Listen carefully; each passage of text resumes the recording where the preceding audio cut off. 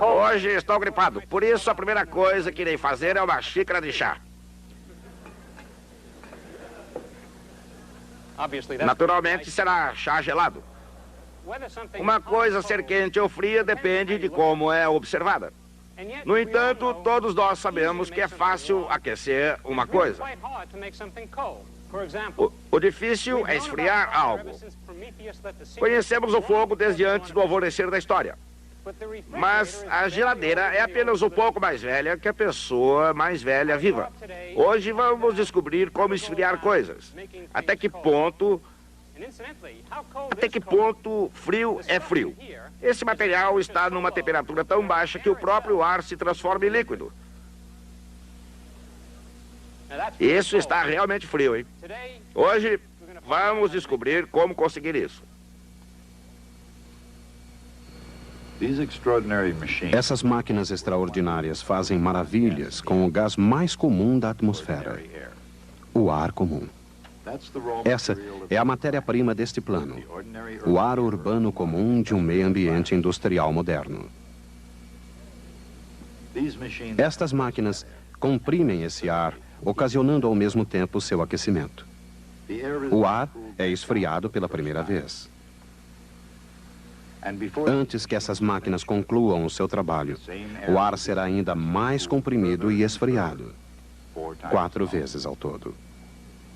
Finalmente, no interior desta coluna, o ar comum, uma mistura inodora e sem cor, constituída principalmente de nitrogênio e oxigênio, será transformado. Finalmente, estará na forma líquida. O ar passa por uma série de filtros. E nesse processo, antes de sair como líquido, sua temperatura foi extremamente reduzida. E quando sai, pode apresentar muitas surpresas. O oxigênio líquido parece refrescante, mas quem estiver pensando em fazer a loucura de dar um mergulho deve lembrar que a sua temperatura é de 186 graus Celsius abaixo de zero. Nesse processo de transformação do ar em líquido, a aparência pode ser enganadora. Por exemplo, em temperaturas e pressões comuns, a água é um líquido e o ar um gás invisível. Mas nas temperaturas encontradas aqui, o ar é um líquido e seu vapor pode ser observado facilmente. A água congela ao sol do meio-dia. Nas fábricas, assim como na natureza, as maravilhas do nitrogênio e do oxigênio não param de nos fascinar. Isto porque todas as substâncias do mundo, o próprio ar inclusive, podem ser sólidas, líquidas ou gasosas. Dependendo de 2 variáveis, pressão e temperatura, a matéria forma sólidos, líquidos ou gases. Esses são os estados da matéria.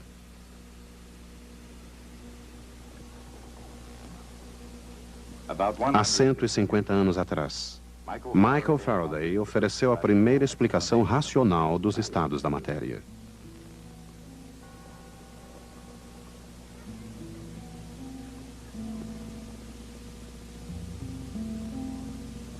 Criança pobre e não privilegiada, o jovem Faraday, mesmo assim, conseguiu entrar para o mundo da ciência. E uma vez estabelecido na Braintree Royal Institution, elevou-se a alturas não alcançadas desde Sir Isaac Newton. Mas logo descobriria que as experiências sobre os estados da matéria podiam ser perigosas. Em 1823, por exemplo, ao fazer experiências com gás de cloro, liberado num tubo de ensaio vedado e aquecido, Faraday observou a formação de um fluido na extremidade mais fria do tubo. Mas abrir o tubo para ver o que estava acontecendo talvez tenha sido imprudência. Michael Faraday não perdeu sua fleugma britânica e acabou encontrando o cloro líquido.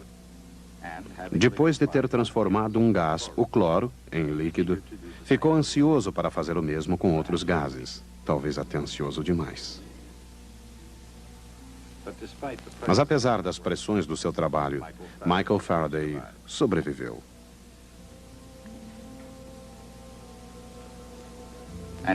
Documentos da época mostram que ele foi o primeiro a perceber que a mesma matéria pode existir em todos os estados fundamentais: gasoso, líquido e sólido.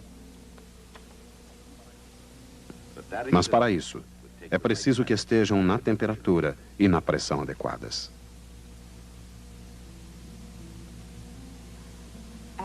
Em baixas temperaturas, a matéria é normalmente sólida, um estado no qual as moléculas formam uma rede geométrica rígida.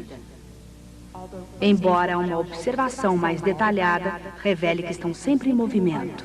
Em temperaturas mais altas, os sólidos derretem e tornam-se líquidos. Agora as moléculas têm um comportamento muito menos ordenado, fluindo livremente. Elevando-se ainda mais a temperatura, os líquidos se evaporam na forma de gases, um estado em que as moléculas não se prendem umas às outras, mas podem se chocar.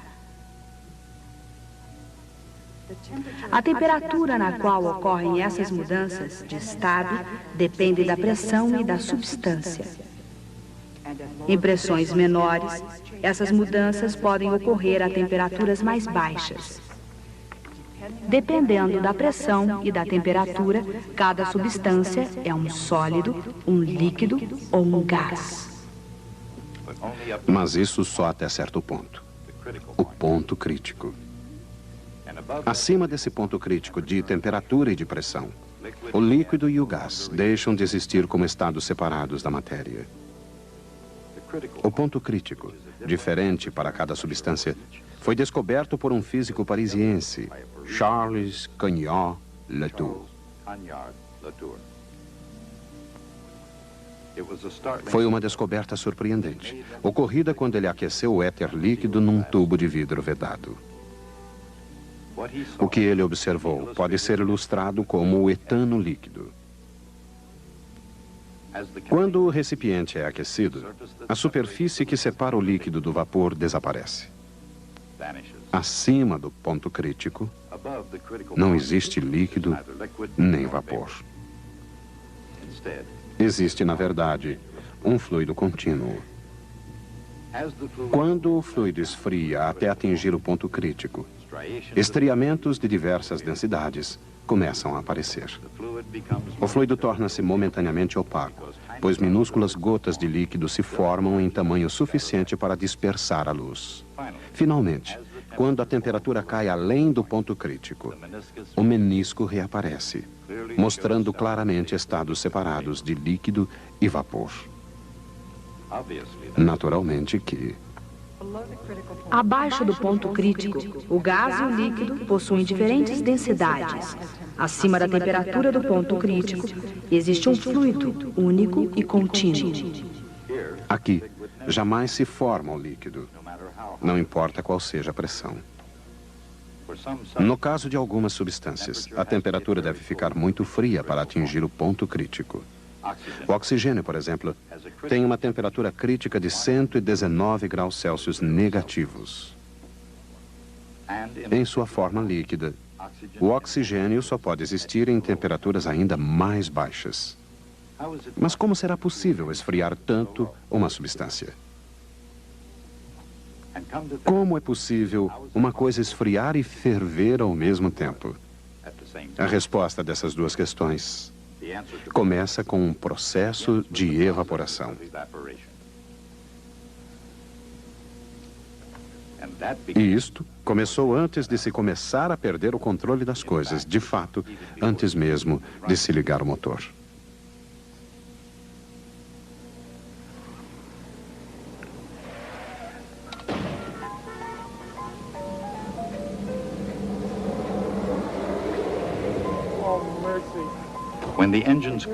Quando o motor está frio, a água no radiador está sob pressão comum, a temperatura ambiente, mas ainda é um líquido.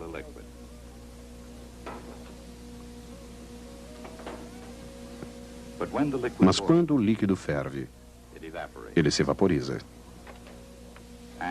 E muito embora isso não pareça acontecer, o líquido também esfria nesse processo. Frias, calmas e mais ou menos reunidas, as moléculas de água nadam lentamente. Aquecidas, nadam mais rápido. Quanto mais alta a temperatura, maior a sua velocidade.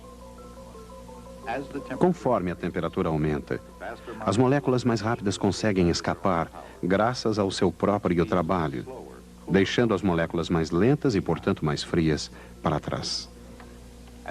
Ao mesmo tempo, nessa sua luta para escapar das moléculas líquidas mais lentas que ainda restam, as moléculas rápidas têm sua velocidade e sua temperatura reduzidas quando se vaporizam. Tanto o vapor e o líquido que sobraram são esfriados pelo processo de evaporação.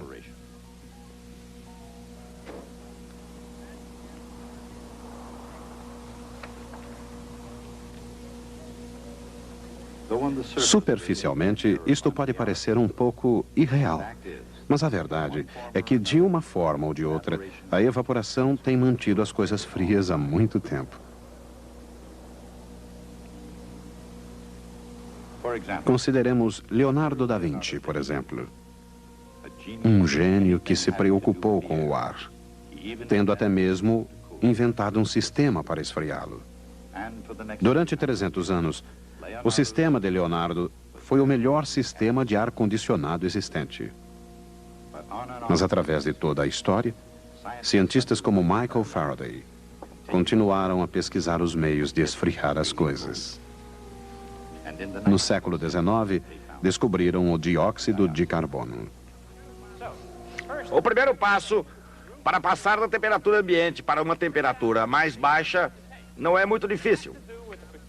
É uma questão ligada às propriedades específicas do dióxido de carbono. A temperatura crítica do dióxido de carbono é um pouco mais elevada que a temperatura ambiente. Se tivéssemos dióxido de carbono nesta sala, mas com alta pressão, ele seria um líquido comum. É exatamente isso que temos nesse cilindro. A pressão está acima da pressão crítica do dióxido de carbono, a cerca de 73 atmosferas, 73 vezes a pressão atmosférica, temperatura e ambiente. Nessas condições, o dióxido de carbono é um líquido. Abrindo esta válvula, a pressão interna é tão alta que produz um chiado. Esse dióxido de carbono líquido está se evaporando e sua pressão está diminuindo ao longo de sua curva de pressão de vapor para uma baixa temperatura. O dióxido de carbono passa através desse ponto triplo. O ponto em que congela, embora esteja muito acima de uma atmosfera de pressão.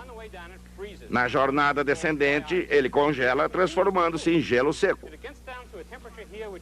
Se continuarmos a esfriar, ele atinge quase 80 graus Celsius negativos, antes de atingir a pressão da atmosfera e parar de esfriar. Vejam só isso.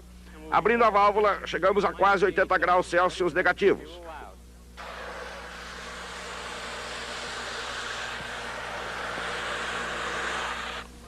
Isso fez um pouco de barulho, né? Interrompemos e vejamos o resultado.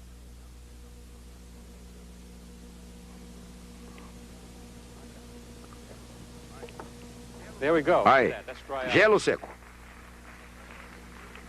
Não é muito difícil obter essa temperatura assim tão baixa. Mas foi uma tarefa muito difícil chegar à temperatura do ar líquido. Mas isso não foi o fim.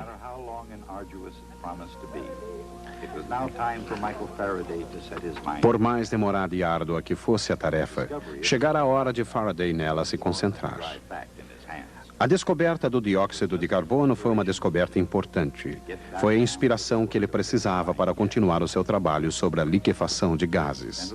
Mais tarde, quando encontrou tempo para registrar os seus feitos, o mundo científico ficou atento. Ele reduzira a temperatura de gases num banho de gelo seco e éter. Enquanto estavam frios, ele os comprimiu sob 40 vezes a pressão da atmosfera. Faraday havia transformado em líquido todos os gases conhecidos, com exceção do oxigênio, nitrogênio e hidrogênio. A liquefação desses gases exigiria um resfriamento além das suas temperaturas críticas, o que significa muito abaixo da temperatura de gelo seco. Embora Faraday não tenha dado o passo seguinte, ele mostrou o caminho correto. Um processo de esfriamento gradativo, conhecido como processo cascata. Assim como a água, que cai de um nível para outro, a liquefação ocorre numa cascata de temperaturas cada vez mais baixas. Cada líquido serve como o banho do outro, esfriando o seguinte. Mas para liquefazer o oxigênio, seriam necessários passos adicionais. Um dos mais importantes foi a invenção do tocador de calor. Esse tocador possui dois longos tubos, um ao lado do outro. Ele começa a funcionar quando o fluido frio entra por uma extremidade e o fluido quente pela outra do segundo tubo. Conforme o fluido quente flui, ele encontra o fluido frio. Movimentando-se em direções opostas, a temperatura do fluido quente ao sair é quase a mesma do fluido frio ao entrar. O inverso acontece com o fluido frio, que sai quente. É óbvio que os fluidos trocaram de temperaturas. Essa troca de calor, aqui representada por zigue-zagues, é o cerne do processo de liquefação. A troca de calor torna possível liquefazer milhares de litros de oxigênio e nitrogênio todos os dias. Historicamente, na busca de temperaturas baixas, o tocador de calor foi, sem dúvida, uma grande ideia.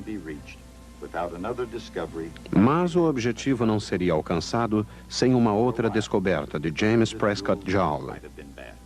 Durante algum tempo, Joule começou sem muita sorte. Apesar da sua descoberta, a da lei de conservação de energia, Joule não era visto como um cientista totalmente sério. Mas em 1852, William Thomson, Lord Kelvin, consideravam Joule como o homem que havia calculado o equivalente mecânico do calor, medindo a temperatura em centésimos de grau. Dessa perspectiva, Thomson viu em Joule um valioso parceiro no campo novo e fascinante da termodinâmica.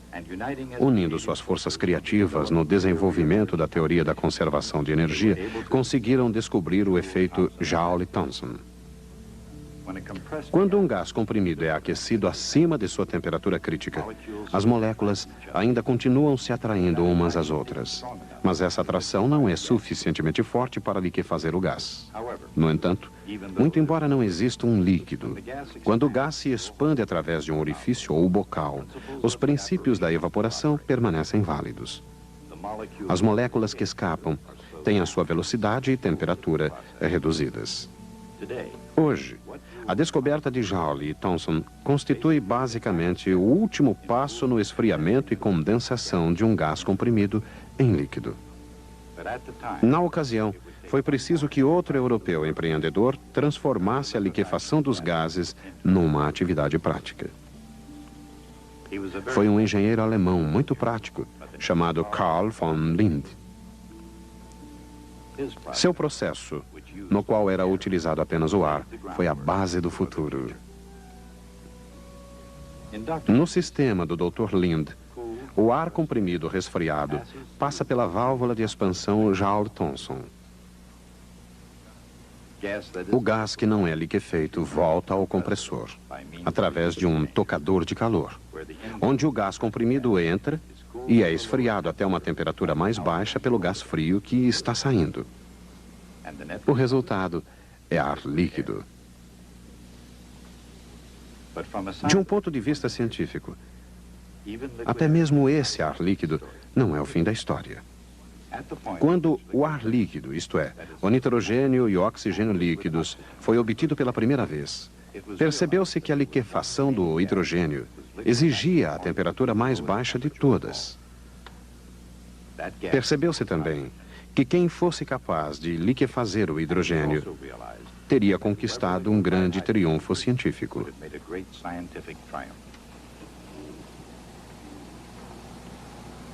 Mais uma vez, estava dada a partida para a corrida.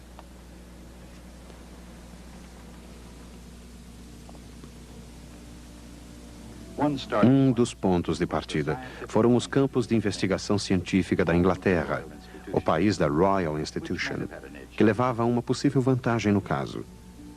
Essas salas frias na Grã-Bretanha foram o ambiente intelectual de Faraday, Crookes e Davy. Foi aqui também que Sir James Dower conquistou seu título. Por aqui também vagava o fantasma extremamente competitivo de Isaac Newton. Assim, parecia pouco provável que a Holanda, com sua paisagem pitoresca, pudesse ser um ponto de partida vantajoso. Mas a Holanda é a terra da Universidade de Leiden. E essas paredes não apenas refletiram o eco de lendas científicas, mas Rembrandt, Van Maren e Berghav. Esta parede, talvez o mais notável registro de nomes notáveis da história da ciência, refletiria as conquistas científicas mais importantes durante as décadas que se seguiriam. Mas na década de 1880, muito antes de Lawrence ter convidado Einstein para fazer uma palestra aqui, continuava a corrida pela liquefação do hidrogênio. No laboratório de física da Universidade de Leiden, quando se tentou liquefazer o último gás conhecido que restava, o candidato mais sério foi o professor Heike Kamerlingh-Onnes. Mas do outro lado do Canal da Mancha, as apostas eram favoráveis a Sir James Dower, um nome que se tornou lenda sobre a liquefação dos gases. Toda sexta-feira, ele era capaz de levantar-se e explicar exatamente por quê. Na Royal Institution, além de palestras inventivas, Dower inventou muitas coisas de importância científica, entre elas, uma espécie de recipiente de paredes duplas para conservar os fluidos frios. Nos círculos científicos, essas pequenas e úteis invenções ficaram conhecidas como garrafas de Dower. Hoje são conhecidas mais comumente como garrafas térmicas. De qualquer maneira, foi com a ajuda delas que em 1896 James Dower ganhou a corrida. Ele foi o primeiro a transformar o hidrogênio em líquido. No entanto, numa estranha guinada da história científica, não foi ele quem conseguiu transformar em líquido o último gás conhecido. Quando se imaginava que fosse a linha de chegada, foi descoberto um novo gás, o hélio, com o ponto de liquefação mais baixo de todos os gases. Para Kamerlingh-Onnes, o hélio foi uma outra oportunidade. Ele queria ser o primeiro a transformar em líquido aquele que era finalmente o último gás da Terra. Foi preciso muito conhecimento e uma extraordinária maquinaria e assistentes competentes trabalhando por mais de 10 anos. Mas foi um sucesso. Kamerlingh-Onnes foi o primeiro a transformar o hélio em líquido a uma temperatura de apenas 4 kelvins acima de zero absoluto. Seu efeito não foi notável apenas para a época. Ele abriu fronteiras científicas a serem exploradas, ainda hoje. O ar líquido não é tão frio quanto o hélio líquido, mas ainda é bastante frio para a maioria das finalidades. Ele pode alterar drasticamente as propriedades da matéria comum. Deixe-me dar um exemplo. Aqui temos uma lâmpada acesa por uma corrente que passa por um fio de cobre. Esse. O fio de cobre tem uma alta resistência elétrica, o que faz com que a lâmpada mal se torne incandescente. Vocês não podem ver, mas eu posso ver daqui. Colocando esse fio de cobre no ar líquido, sua resistência elétrica diminui tanto que vocês poderão ver a lâmpada tornar-se incandescente. Veja.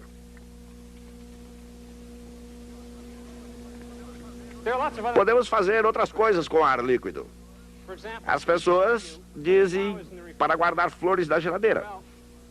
Mas o frio extremo do ar líquido, na verdade, não é bom para as flores. Vejam.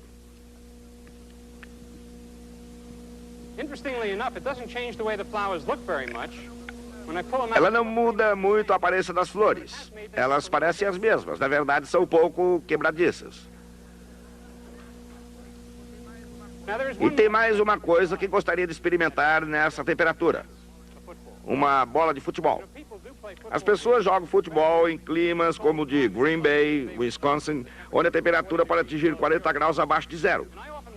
Eu fico preocupado com isso. Os jogadores de futebol ganham muito dinheiro. Não me preocupo com os torcedores, porque alguém que vai assistir a um jogo nesse frio merece qualquer coisa.